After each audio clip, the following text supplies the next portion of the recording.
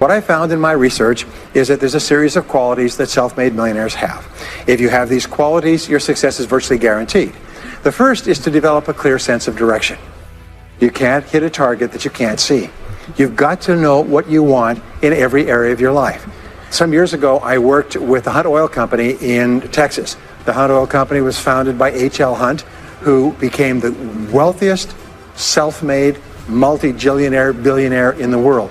At his peak, he owned 200 companies and had a royalty income of $3 million a day. It may not happen in 6 months, it may not happen in a year, it may not happen in 2 years, but at some point, my dream is going to become a reality. Every single day, we're not waiting for it to happen. We just don't have sight. Sight is for people who live in the present. We have vision. We're going to make it happen before it happens. Many years ago, I started off poor. I started off broke. I started off pretty stupid. And over the years, I began to study the subject of success. And I had one simple idea that came upon me in my late teens, and I think it was the most important idea that I've ever had. And it was simply this, that if you study successful people and you do what they do, you will be more successful. And if you study unsuccessful people and you avoid doing what they do, then you will not be a failure. And what I want to talk to you about tonight is some of the principles that I've discovered in over 20 years of research. I have studied successful men and women. I have read biographies and autobiographies. I have looked at the characteristics and principles of them. I've studied philosophy and economics and religion and psychology and metaphysics.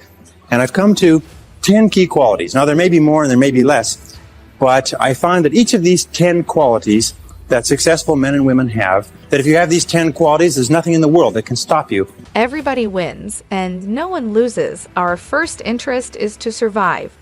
What does it take to survive?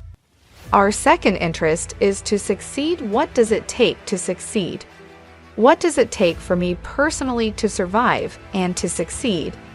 Can I legitimately be interested enough in the things that help me both succeed and survive? Here's what I discovered. The answer is yes. And he was interviewed by a friend of mine on television before he died in the early 70s. And he was asked, what are the secrets to success? He said, the keys to success have only been two through all my life, and I will tell you what they are. He said, number one, he said, decide exactly what it is you want and write it down. And number two is determine the price you're going to have to pay to get it, and then resolve to pay that price. Now, let me give you a quick exercise, which is my only take-home or homework exercise for our time together. I want you to take a piece of paper like this and write down 10 goals that you'd like to accomplish in the next 12 months. Write the word goals and today's date at the top of the page. Write down 10 goals you'd like to accomplish, and then ask yourself this great question. If you could only accomplish one goal on this list, which one goal would have the greatest positive impact on your life? Now, this is a great question because it'll usually jump out at you. You say, that's the one. If I had this, that would have more of an impact on my life than anything else. Put a circle around that goal and then turn the page over and write it at the top of the page. Set a deadline on the goal. Make a list of everything that you could think of to do to achieve the goal, and then begin working on your list. And here's the kicker. Do something every day. Do something every day that moves you one step forward towards your major goal. My promise to you that this exercise, selecting your most important goal, making a plan, and working on it every day, will change your life in ways that you cannot imagine. It is the secret to becoming a self-made millionaire. My promise to you is a week, a month, a year from now, you'll look back and you'll be absolutely staggered at the difference it makes.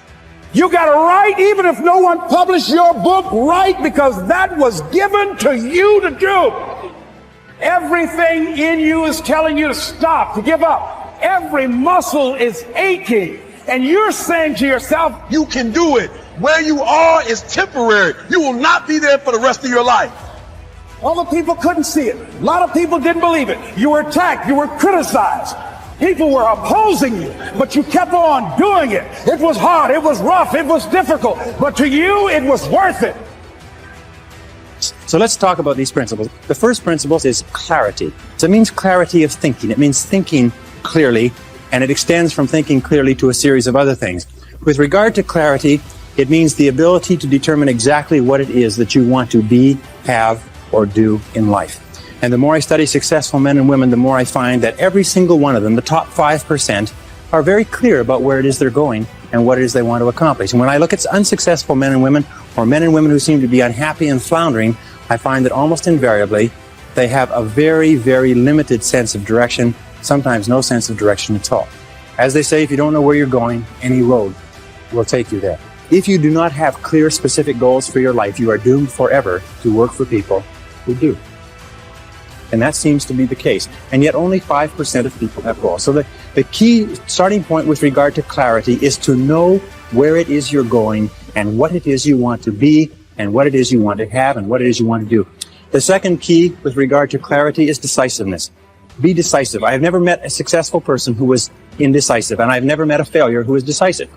Be decisive. Develop the characteristic and quality of decisiveness. We know that the reason why we are indecisive is because we're afraid of making a mistake. But the terrible thing is that the way that we think becomes a habit, and the habit of indecisiveness can condemn us to failure. We can be talented and intelligent and ambitious, but if we cannot make the hard decisions in our life, and if we cannot make decisions readily, then what happens is we always have to work for people who do make decisions readily. Now, the interesting thing about decisions is that about 80% of decisions should be made the first time they come up. And if you make decisions every single time they come up, sooner or later you will develop the habit of decisiveness. You'll be very clear about what it is you want, and it's easy to make decisions if you know what it is you want to accomplish. I was giving a seminar not long ago, and a gentleman came up to me. He said, you know that goal setting exercise? It changed my life. He said, I was broke, I was divorced. He says, I was an alcoholic, and somebody dragged me to one of your seminars. He said, and I did that exercise, and I picked my major goal. He said, it changed my life. I said, in what way? He said, today, he said, I'm worth $40 million. I said, wow. He said, yes, and I owe it to that lesson. Number two is trust your ideas. And that's the only difference between very wealthy, successful people and the average person, is that they simply follow their intuition. They're not smarter, they're not different, they're not more educated, they're not more talented, they just follow that inner guide. According to the research, all you need is an idea that's 10% new to start a fortune. Interesting point. The single greatest source of self-made millionaires in America, do you know what industry it is? Can you guess? You wouldn't believe it. Dry cleaning. Dry cleaning shops is the greatest single source, one industry that's contributed more self-made millionaires than any other industry. I'm going to tell you something. Most people become millionaires by offering a good or service that people use all the time, and they offer it just a little bit better. They do it just a little bit faster. They put a little bit more grace or finesse into what they're doing. They handle it, they wrap it, they are more polite. The restaurant that has people coming back to it. The most amazing thing that you've found throughout your life is that when you make a decision, that wonderful quote that Cam quotes, when you make a decision, nature moves too. All manner of things begin to happen that would not have happened in the absence of the decision.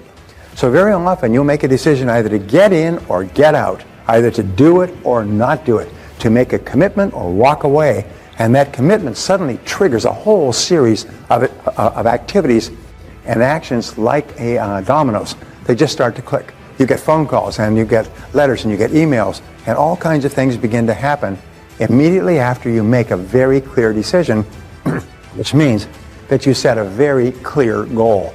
And writing the goal down, as we say, is very powerful.